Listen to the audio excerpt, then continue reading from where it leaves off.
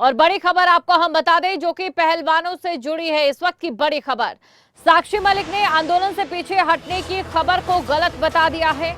इंसाफ की लड़ाई से हम में से कोई भी पीछे ना हटा है और ना हटेगा।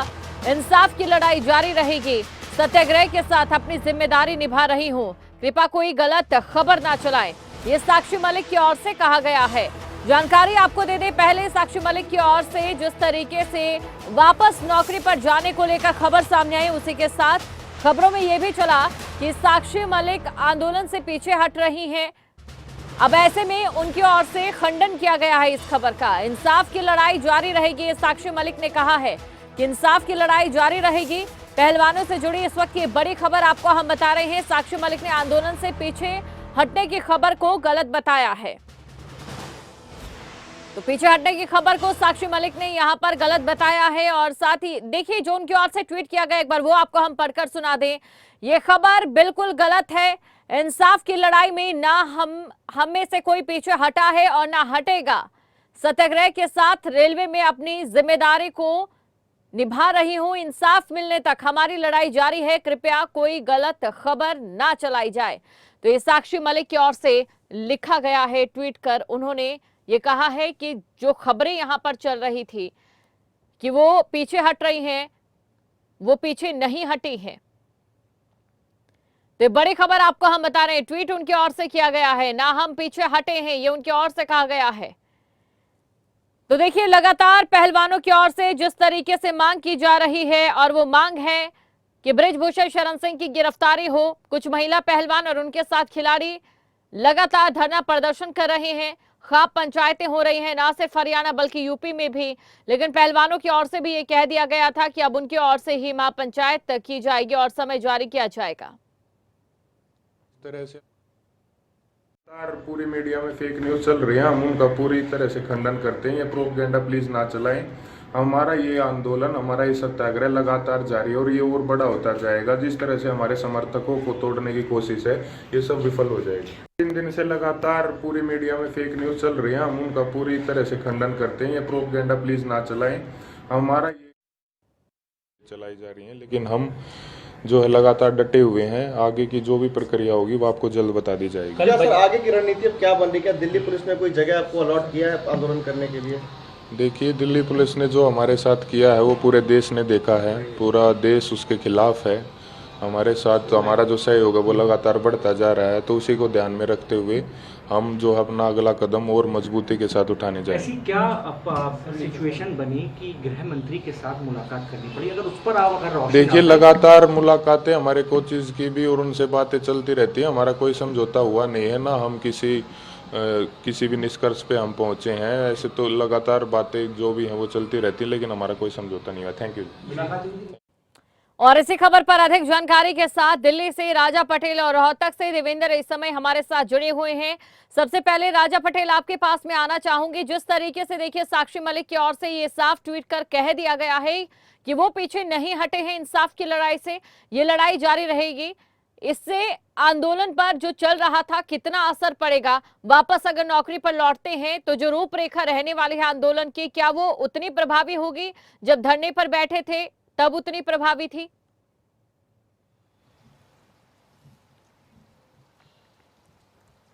और बिल्कुल देखिए, जिस तरीके से लगातार जो गलत खबरें चल रही थी कि साक्षी मलिक जो कि पहलवान है, उन्होंने आंदोलन से किनारा कर लिया है, अपने आप को पीछे खींच लिया है और जो रेलवे की नौकरी है वो वापस काम पर लौट गई है। हालांकि जिस तरीके से कुछ देर बाद ही साक्षी मलिक ने ट्वीट कर जानकारी दी है कि ये गलत खबर है। जब तक उनको इंसाफ नहीं मिलता, इंसाफ के लिए वो लड़ता रहेंगे, सत्याग्रह जारी रहेगा। पर उन्होंने ये भी जिक्र किया है कि जो रेलवे की नौकरी है वो बखूबी कहीं ना कहीं निभाती हुई नजर आ रही है। तो जिस तरीके से रेलवे की नौकरी की बात हम करते हुए नजर आ रहे थे, रेलवे की नौकरी पर जरूर वो चले गई हैं, पर इंसाफ को लेकर इनकी लड़ाई जारी रहेगी। अब दिखने वाली बात होगी, क्योंकि साक्षी मलिक की बात करें, उसके बाद बजरंग पुनिया का भी कहीं ना कहीं ट्वीट सामने आया है कि जिस तरीके से जो खबरें हैं वो सरासर गलत है। जब तक इंसाफ नहीं मिलता हम अपनी लड़ाई को जारी रखेंगे। और जिस तरीके से काफी लंबे समय से पहलवान संघर्ष कर रहे हैं, चाहे साक्षी मलिक की बात करें, बजरंग पुनिया की बात करें, विनीश फोगाट की बात करें, काफी लंबे समय से इन पहलवानों का संघर्ष रहा है। जिस तरीके से खाप पंचायतों की हम बात कर ले, किसान संगठनों की बात कर ले, और शुरू से राजनीति पार्टियों का अलग अलग जो राजनीतिक पार्टियां हैं उनका काफी बड़ा सपोर्ट इन पहलवानों को था।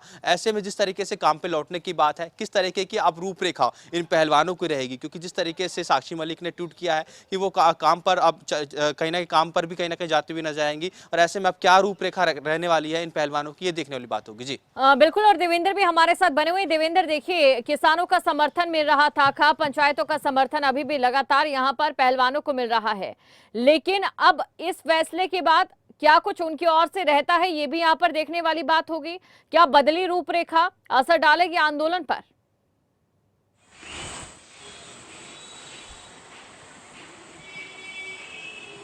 देखिए दीपशिखा, मैं बता दूं कि आंदोलन फिलहाल जो सूरत हाल है वो पल पल सूचनाएं बदल रही हैं।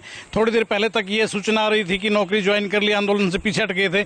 और साक्षी मलिक की मां से हमने टेलीफोनिक बात की तो उन्होंने भी कोई स्पष्ट जवाब नहीं दिया था। उनके भाई ने ये कहा था हालांकि कि हम लोग आंदोलन में हैं, लेकिन नौकरी रिज्वाइन करने को लेकर कन्फ्यूजन की स्थिति बनी रही।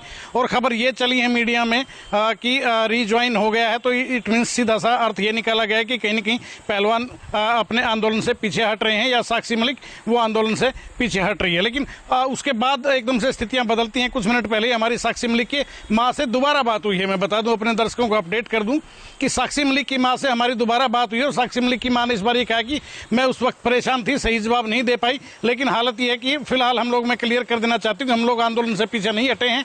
नौकरी का जहाँ तक बात है तो कुछ काम करने होते हैं, वो साथ साथ वो काम भी किए जाते हैं, ऐसा उन्होंने कहा। तो उनका सीधे तौर पर कहना यही था कि आंदोलन से साक्षी पीछे नहीं हटी है। ये सुदेश मलिक, जो साक्षी मलिक की मां है, उन्होंने खबरें अभी तक से बातचीत करते हुए अभी चंद मिनट पहले कहा है। ये एक बड़ी खबर मैं आपको दे रहा हूँ। दूसरी बात ये है, जहाँ तक उसके बाद फिर एकदम से ट्वीट आते, साक्षी ने भी ट्वीट किया कि आंदोलन से पीछे नहीं हटे, और साथ साथ इसके साथ आता है बजरंग का भी ट्वीट आया है कि आंदोलन जब तक न्याय नहीं मिल जाता तब तक ये लड़ाई हमारी जारी रहेगी। ये स्थिति फिलहाल जो कन्फ्यूजन की स्थिति थी, वो कन्फ्यूजन अब कहीं ना कहीं दूर हो गया है कि ये आंदोलन से पीछे नहीं हटे हैं और आंदोलन कंटिन्यू है, ऐसा इन खिलाड़ियों का कहना है। जी बिल्कुल, लेकिन कहीं ना कहीं अमित शाह की जो ये मुलाकात रही है खिलाड़ियों के, उसके बाद ये जो कहानी बदली है, ये कहानी क्या दर्शाती है देवेंद्र?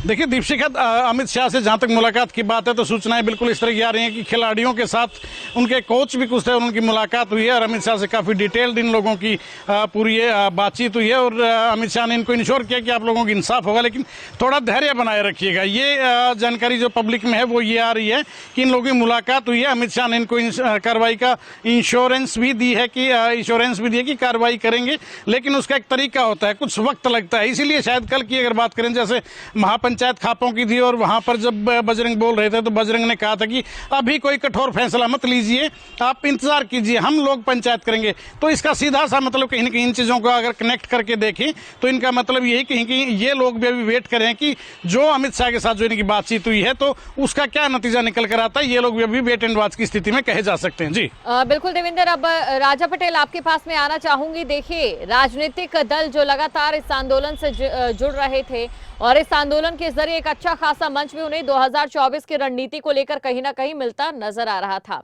अब क्योंकि यहाँ पर लड़ाई तो हो गई इंसाफ की, लेकिन साथ ही साथ कानून के दायरे में रहकर और अपनी नौकरी पर वापस जाकर ये बात तो साफ हो गई है। अब ऐसे में उन राजनीतिक दलों का क्या होगा? क्या वो बयानबाजी तक ही अब सीमित रह जाएंगे?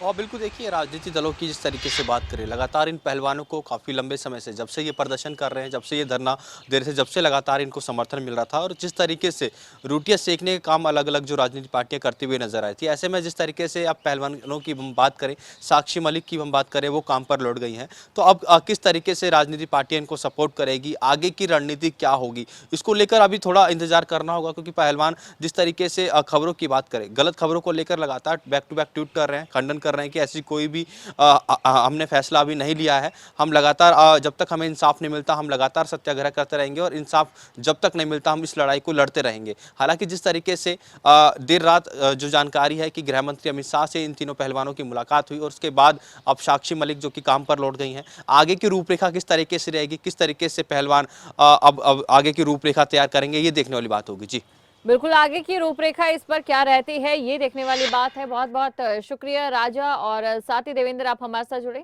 तमाम जानकारी ये दर्शकों तक आपने पहुंचाई। तो साक्षी मलिक की ओर से जो ट्वीट किया गया है ये आपके सामने है। आप देखिए आंदोलन की जो रूपरेखा है वो तो यहाँ पर बदली बदली नजर आएगी। अगर बात करें पिछले 4 महीनों की तो 2 बार यहाँ पर खिलाड़ी प्रदर्शन के लिए गए। अमित शाह से जिस तरीके से मुलाकात हुई उसके बाद कहानी बदल जाती है। अब देखने वाली बात यह होगी रूपरेखा के साथ दिशा क्या तय होती है।